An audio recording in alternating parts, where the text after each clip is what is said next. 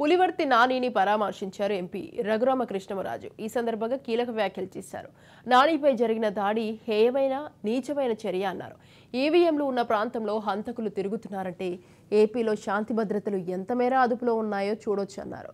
Police వ్యవస్థ దారుణంగా పనిచేస్తోందని ఫైర్ అయ్యారు. ఈ ఘటనలు చూస్తే ఏపీలో వైసీపీ ఓడిపోతోందని అర్థమవుతుందని తెలిపారు. సజ్జల మాటలు విన్న ఐపాక్ టీం వైసీపీ ఓడిపోతోందని నిర్ధారణకు వచ్చేశారని, ఏపీలో 125 నుంచి 150 స్థానాల కూటమి గెలుచుకుంటుందని ధీమా వ్యక్తం చేశారు.